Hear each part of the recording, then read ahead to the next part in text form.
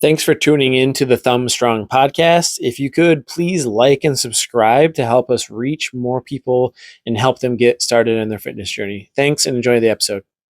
Hello, everybody. Welcome back to another episode of the Thumb Strong podcast. Which one are we on?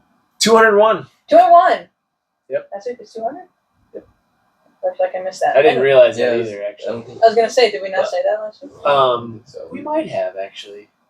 But 208 will be the big one because that's four total years. Oh, 52 okay. weeks in a year. Oh, yeah, Cool. Yeah.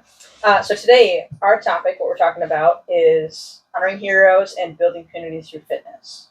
And so the big thing, what we're talking about today, is that we're reflecting on our Memorial Day Murph event, previewing the Thumbfest games that are coming up June 28th, and talking about why training with a purpose and with other people can really change lives. Mm-hmm. Awesome. So the first thing that we're going to get into is who was Lieutenant Michael Murphy? Which did you want to share about him? I think you. Sure. Yeah. Lieutenant Michael Murphy was a Navy SEAL. He was in the Operation Red Wings, which is in Afghanistan, I believe 2005, around that time, early 2000s. There's actually a movie out about that whole operation, Lone Survivor with Mark Wahlberg. I always ask people if they've seen the movie, because a lot of people have seen that movie and then they really can resonate with who Michael Murphy was. And he was the one that made the call and basically sacrificed himself. Like, he knew he was going to get shot down by what? Just crazy, like. Yes, so basically they were ambushed in the mountains in Afghanistan, and he had to make the sacrifice of getting to an area with reception back to the base, call in an airstrike, call in support, and he sacrificed his life in order to attempt to save his teammates. And the guy who survived, his name is Marcus Luttrell, he was the lone survivor, and he actually helped make that movie. He was a co-director, co-writer of that movie, because they wanted to make it as accurate as they could, right? Yeah. So the workout itself was a workout that Michael Murphy did all the time. Like, he was kind of like known for doing this workout, and its original name was Body Armor. And I'm assuming that probably has something to do with the fact that you're wearing a weighted vest. Yeah. You know what I mean? Yeah. So, which actually it probably was body armor body that he was armor, wearing, right? Yeah. It wasn't it was legit. Yeah. Throw some plates in. It wasn't like that. And then when he passed away, he received after he passed away, he received the Medal of Honor. I'm not sure what year that was in. And then he was recognized by CrossFit. And they named the workout Murph. Go ahead. The workout. You want me to tell the workout? Yeah. So the workout consists of a 1 mile run, and then you come back from that mile run and you do 100 pull-ups, 200 push-ups, 300 air squats, and then you run 1 more mile. And Michael Murphy, wore his armor. So the real prescription of it has a weighted vest, which is 20 pounds for the guys, 14 for the ladies. Obviously, many people can't wear a vest and do it, so they still just do the regular version, body weight. And so we like to do that. One, to get the community together, to do something active on Memorial Weekend, but also to honor Michael Murphy and all of our fallen veterans and heroes. In what better way than to do a workout that's as challenging as Murph? And I like to tell people, it's like, we're suffering for 30, 45, 60 minutes, basically to honor those heroes, right? Yeah. It's like you can suffer for an hour because they've made the ultimate sacrifice for us, right? Mm-hmm. So no matter how hard the workout is, just keep that in your head as you're plugging through it and getting through that workout, because it is hard to do, mentally and physically. Yeah, it's definitely one of the hardest workouts I've ever done. But it will never be anything compared to what they've gone through. Right. Yeah. It's like, we call it suffering, but it's really just like short-term discomfort. Yeah. And so, I mean, a big thing that's part of it is more than just the physical challenge of it, because obviously it's just a lot. It is physically challenging, but the community aspect of it, of you're doing it surrounded by other people, like the purpose of the workout, is to like honor them as for Memorial Day, and we've done it for 4 years, I think, 3 years. More than that. I think this year might have been my 7th year doing it. I think we've hosted it at least 5. Oh, okay. Yeah.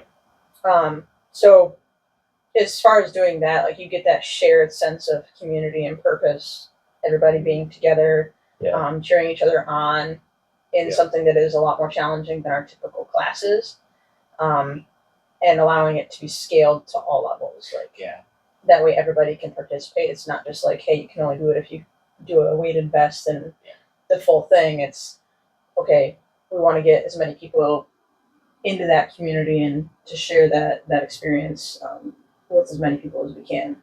Yeah, and that's a big reason why we introduced the partner variation this year, and even the half version, which I don't even think anybody did the half version. They just did the partner. Yeah. Because when you're doing it with a partner, it just pushes you. Obviously, it makes it more enjoyable, and it does make it a little easier. But you push each other, and you feed off each other's energy. Mm-hmm. It makes it a little bit more fun, and it makes it more memorable. We had a lot of new people come out, which was great. Mhm. I mean, the whole point, like you said, it's not just to do a really, really difficult workout. It's to bring the community together, bring awareness. And we donate all the proceeds. We're going to donate. We still have to get the final tally, but should be somewhere around $500 or $600 to Sanilac County Veterans Affair. So helping veterans. So it's for a great cause, brings the community together, and we get to remember and honor our heroes. So. They need good food. And we enjoy cookout afterward and have breakfast. Yeah. Chef DeLorme this year. What he didn't do the Murph because he ran a marathon 2 days before, which is totally understandable. But next year, I'm sure you'll be ready to go. Back and ready to roll. Yeah. Maybe you can be my partner next year. Yeah. So next we'll talk about the power of fitness in community.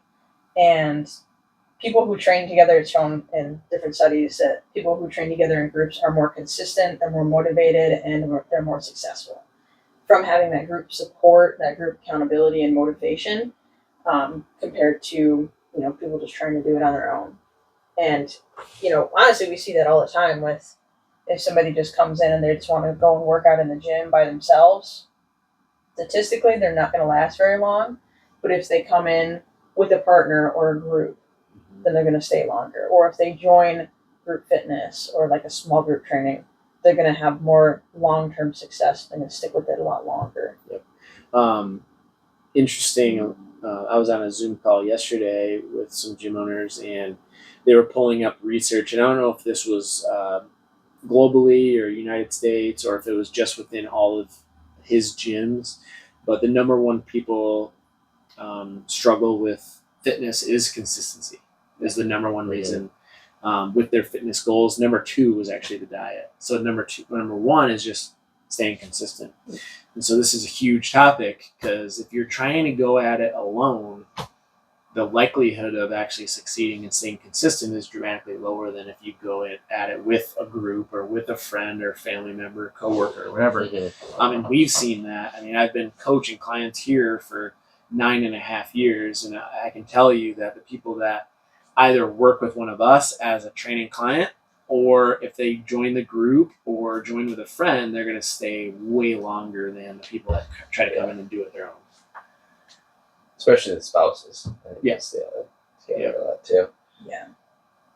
Yeah. It makes hard things easier when you're not alone. Mm-hmm. When you have somebody sharing that with you, sharing in that discomfort or suffering, to help, bond you deeply with that. Like when you do a workout with a partner, you're way more motivated to give it your best versus just by yourself. Or like we had a group nutrition challenge that we just did for either new or current clients, and that was in a group. And so I believe that helps people to stay more consistent between their spouses or whoever was on their team, people that they do classes with.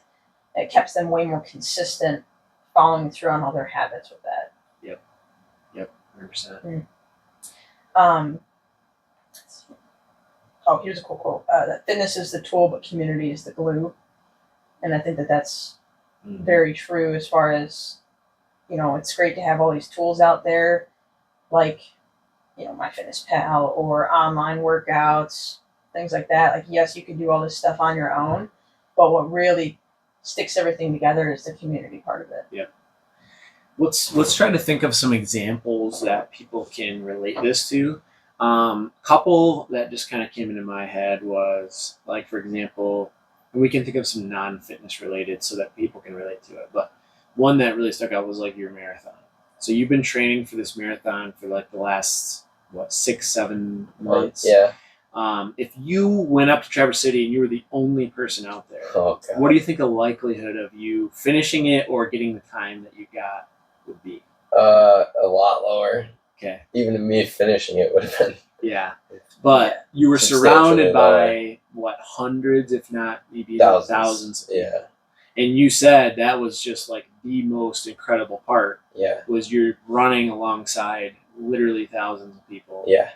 Kind of suffering together. Yeah.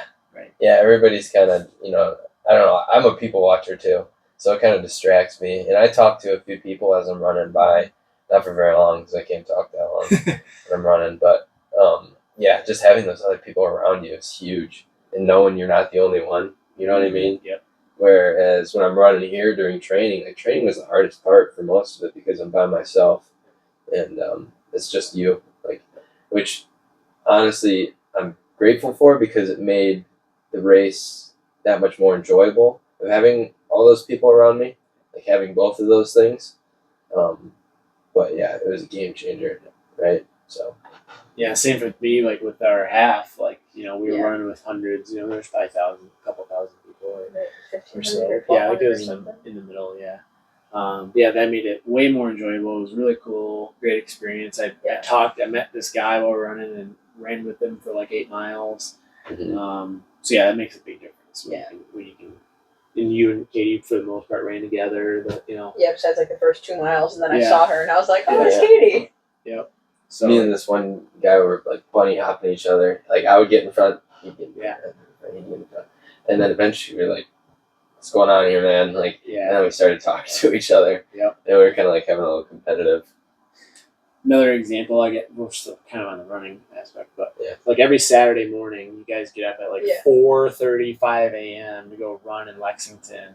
Like, Mhm. would you even consider doing that alone No, I wouldn't. on a Saturday morning? I'll be 100% honest. I would not do it if it wasn't for other people going to be there. And like,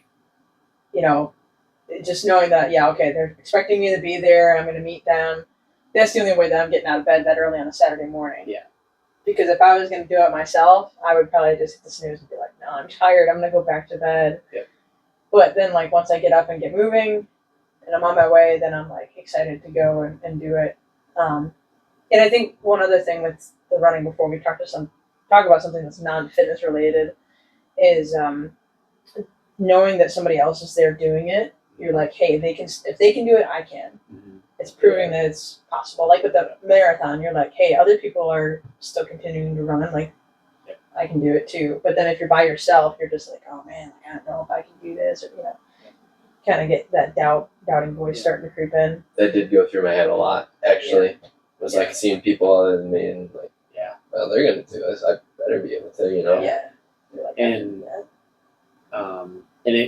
I have the same relation to like Metcons, competition and stuff. Yeah. Like Metcon is very similar to that running. It's like, okay, this is hard. I don't want to do it, but it's like, okay, you got other people that you're doing it with.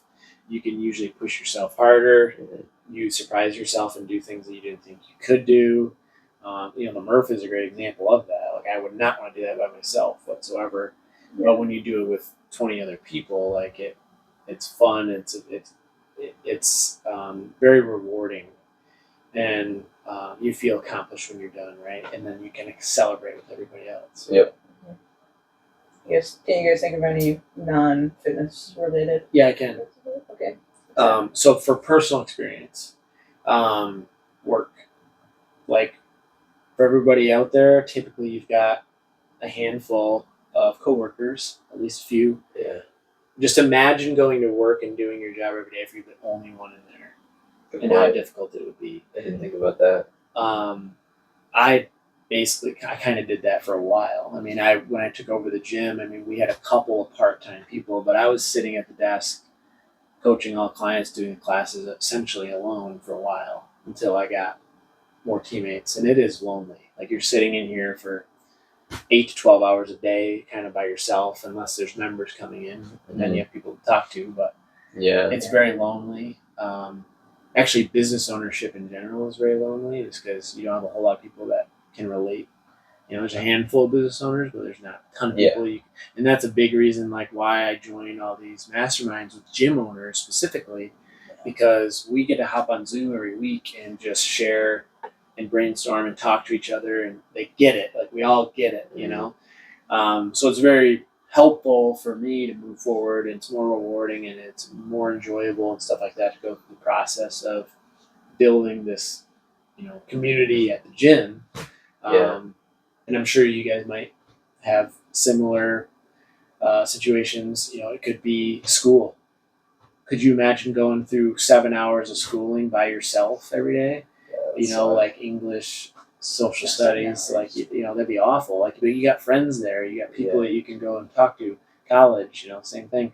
Probably going online is a lot harder to do school online on Zoom than going into a class with other people that you don't need to talk to. Yeah, that is true. So I would agree. It's just better to share the struggles and the successes with other people. You know what I mean? And have the accountability of, like, just somebody else there, present, makes a difference. Like, they talk about body doubling, and that's a way to keep, like, if you wanted to increase your focus or increase your productivity, just having another person in the room helps. But yeah, that makes a difference too. Or even just, like, being on Zoom with somebody. Yeah. And just like, hey, this is our study time or something like that. Yep. And that keeps the that shared purpose, shared goal, the accountability from that, a little bit of encouragement too. Yep. Well, in this podcast, I mean, we're talking about coming up on 4 straight years of recording this every week. Maybe, like, 2 or 3 weeks we've missed over 4 years because we were either all gone or holiday or something like that. Yeah. There's no way I would have even started this if it was just me by myself, especially for 4 years straight. There's no way I would have made it without having you guys on here. Yeah. So, talk about consistency and making it more enjoyable. So. Yes. Yeah, definitely. Mm-hmm. Yeah, we have fun with it. Mm-hmm. Sometimes too much fun. Yeah. Nah, never too much fun. So next we can get into the Thumbfest games. So this is it's coming up in exactly a month, pretty much. Month from tomorrow, or no, a month from Saturday. A month from yesterday. It'd be 4 weeks from tomorrow. Oh, okay. Yeah. 4 weeks from Saturday. Saturday. I don't know what day it is. It's Thursday. Thank you. So what we're doing for Thumbfest, we're doing a little different this year because we used to always do a workout, where it was like running and then exercises. But we wanted to do something a little bit different, a little more fun, still fitness focused, but something that's fun for everybody. So what we're gonna do is we're gonna have the walking, running part of it, do like a lap, depending on the distance. So the version that you choose to do is gonna be like a little bit harder level, and then like a more moderate level. And then you'll have events to do like when you come back in. With a partner. With a partner, yeah. So there's also like that partner aspect of like, hey, you're gonna go and do the run and the walk together, and then you both have to accomplish whatever the task is each station. For example, we could be throwing a frisbee, could be shooting a basket, could be shooting a cornhole shot. We're gonna have some different stuff. Yeah, different fun stuff. Yeah. Challenge, balance, coordination, accuracy, some different fitness skills, but in a fun way, kind of make it like a race for people, that competitive aspect of it. And yeah, you get to do it with a partner. We're like blending yard games with fitness, kind of. Yeah, that's a good way to put it. Yeah, with a partner. Yeah. So yeah, it's a good way to get people interested in it that, maybe they don't want a killer workout and, do a bunch of bodyweight push-ups and squats and running. doing something like this. So it ties in that same spirit with Murph, but not as intense. So there's still a challenge. There's still that camaraderie with the partners, and then there's still contribution to the community too. Yeah. Because if you wanted to go into that, Yeah, so we're gonna donate all the proceeds to Eva's Place. Most people know what it is. If not, you could always just look them up on Facebook. But we also have, I forget the total number, but we have somewhere around 12 to 15 sponsors. So our sponsors help us pay for the shirts, and that allows us to donate more of the proceeds to these fundraisers. So we have the Thumb Fest games this year, where we'll be able to donate the proceeds to Eva's Place. Another one that our sponsors help is the Turkey Trot 5K, which is on Thanksgiving morning. Last year we had 250 people show up because we donated to a local family who suffered a loss. So we really try to make sure it's kind of local. We're supporting a lot of local fundraisers, charities, or just families in need. So that's huge for me, is bringing the community together, but also bringing awareness around fitness and health and lifestyle, getting more out of life, living happier, healthier, and also supporting and giving back to all the local, communities and businesses and stuff like that. So. anything else to add on the Thumb Fest? Not for me. Nope.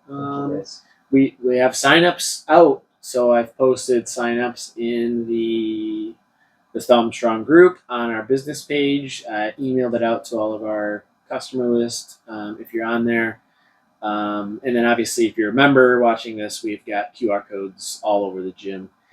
So get signed up ASAP if you want a shirt before June 13th, I believe. It's coming up Get quick. your Thumb Fest shirt. Mhm. And like I said, the proceeds from the shirt basically go to Eva's Place. Okay, well, I guess it's time to wrap up. That's everything we want to talk about today. But big thing is that fitness isn't just about looking better or hitting PRs. It's about showing up, giving your best, and just doing it with other people, doing those hard things alongside people that help lift you up. Yeah. It's a big part of it. And every time we do Murph or we host an event like the Thumb Fest Games, we're reminded that it's better when we do it together. It's fine to do things on your own and everything, but having that place of that purpose and strength and community helps to just lift everybody. One thing I just thought of a quote. It's if you want to go fast, go alone. If you want to go far, go together. Yeah, I've heard that. That's a good one. It might not be the exact quote, but that's the meaning of it. Same premise. Yeah, and it's like, if you want to do it on your own, you want to go at your own pace, fine.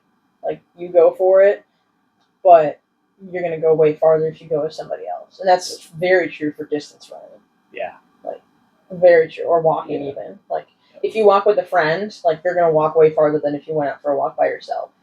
Just because you're going to get talking or just have that added person there.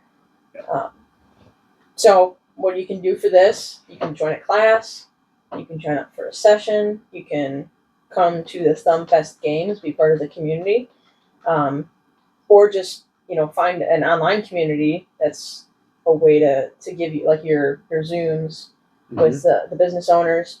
Finding something like that could also be a really great option, even just like this Thumb Strong Facebook group. Yep. It's a bigger community. We've got almost 400 people in here. Yeah. That's a lot of people. Yeah. Couldn't even fit them all in the gym at once. No. I want to get to 1,000, so share it. Yes. We want to grow the community in the Thumb. Yeah. So on that, subscribe for more podcasts on Real Talk, Fitness, Mindset, Community.